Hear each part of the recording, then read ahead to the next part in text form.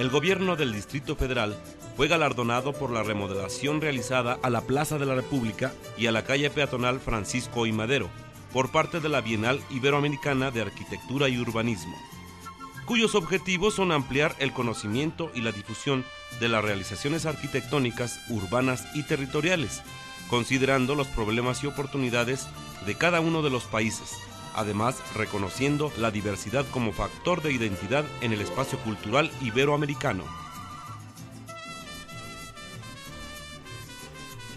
La calle de Madero ha sido una de las calles más transitadas y concurridas de la Ciudad de México desde la época colonial hasta nuestros días, y se encuentra entre el eje central Lázaro Cárdenas y el Zócalo capitalino o Plaza de la Constitución, llamada anteriormente calle San Francisco porque se encontraba en esquina con San Juan de Letrán, lo que es ahora eje Lázaro Cárdenas.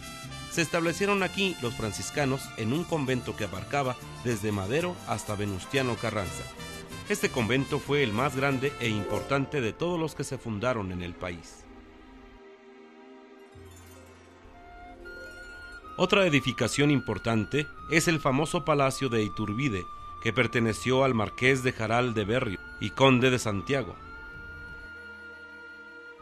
El Palacio de los Azulejos es uno de los edificios más representativos de dicha calle y nuestra capital.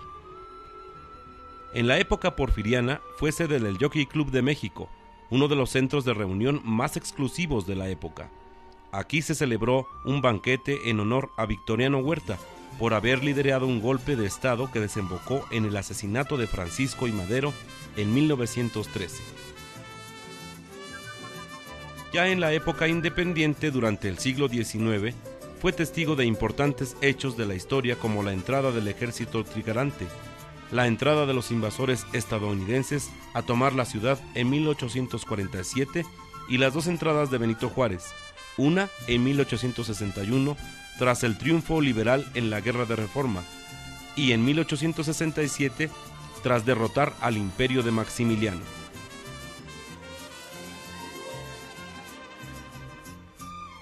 A mediados del siglo XX se levantó uno de los más emblemáticos edificios de toda la ciudad, la Torre Latinoamericana. Fue diseñada por el arquitecto mexicano Augusto Álvarez. Fue el edificio más alto de la ciudad desde su construcción en 1956 hasta 1972. Además, fue el primer rascacielos en construirse en una zona de alto riesgo sísmico. La Avenida Juárez es considerada la continuación de la Avenida Madero, desde el eje central hasta la Avenida Reforma, donde se encuentra el Hotel Hilton, el Hotel Sheraton, el Museo Memoria y Tolerancia, la Alameda Central, el Hemiciclo a Juárez y el Palacio de Bellas Artes. Este se comenzó a edificar en 1904, originalmente como sede de un nuevo teatro nacional. El proyecto era del arquitecto italiano Adamo Boari.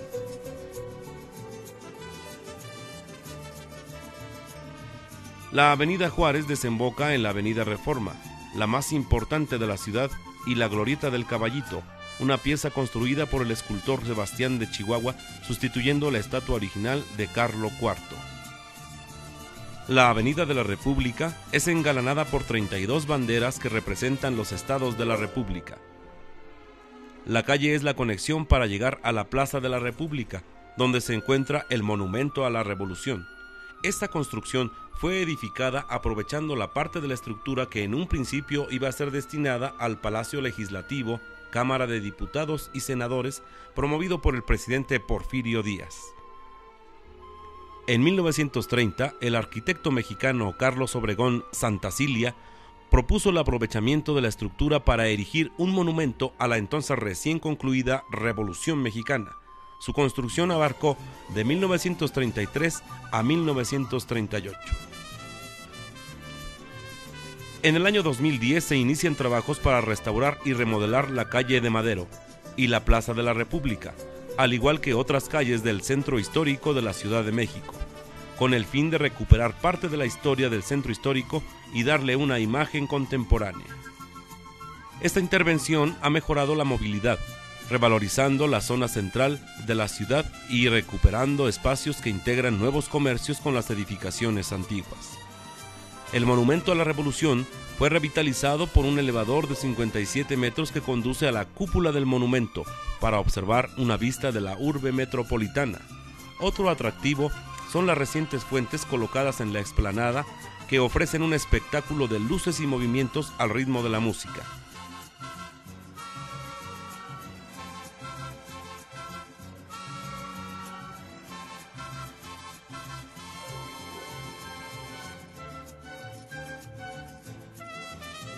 Además, en la parte inferior está el Museo de la Revolución, así como los recintos funerarios a algunos personajes de la Revolución Mexicana. A futuro, se planea una renovación de la Plaza de la República, que consiste en la rehabilitación de su mirador, así como obras de mejoramiento de su entorno y la construcción de un estacionamiento subterráneo y el ensanchamiento de las banquetas para instalar terrazas con cafés y restaurantes. La construcción del estacionamiento correrá por parte de la iniciativa privada, por lo que el gobierno capitalino solo tendrá que invertir 250 millones de pesos en las otras áreas. Contará con 4 niveles en 21,000 metros cuadrados y tendrá capacidad para 700 cajones de estacionamiento. Se espera que esté listo a más tardar en noviembre de 2012. La obra Monumento a la Revolución y Corredor Peatonal Francisco y Madero es reconocida por ser un proyecto de renovación arquitectónica que trajo consigo una modificación de la experiencia urbana y una apuesta por invertir en espacios comunes para el disfrute de los ciudadanos. La Plaza de la República y el Corredor Peatonal Madero recibieron en 2012 el 8º Premio Bienal Iberoamericano de Arquitectura y Urbanismo, convocado por el Gobierno de España, que reconoce a las mejores obras arquitectónicas y de desarrollo urbano de Latinoamérica, España y Portugal.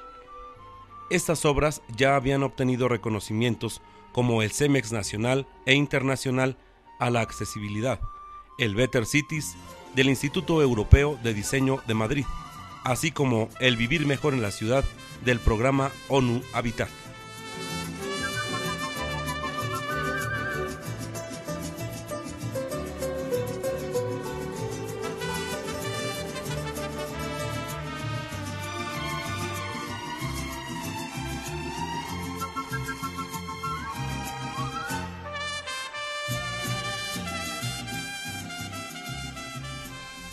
El centro histórico de la Ciudad de México es un lugar tan maravilloso que no podríamos terminar de enumerar sus grandes atractivos, mismos que han pasado a formar parte del legado nacional, lo que ha llevado a la UNESCO a declararlo como Patrimonio Cultural de la Humanidad.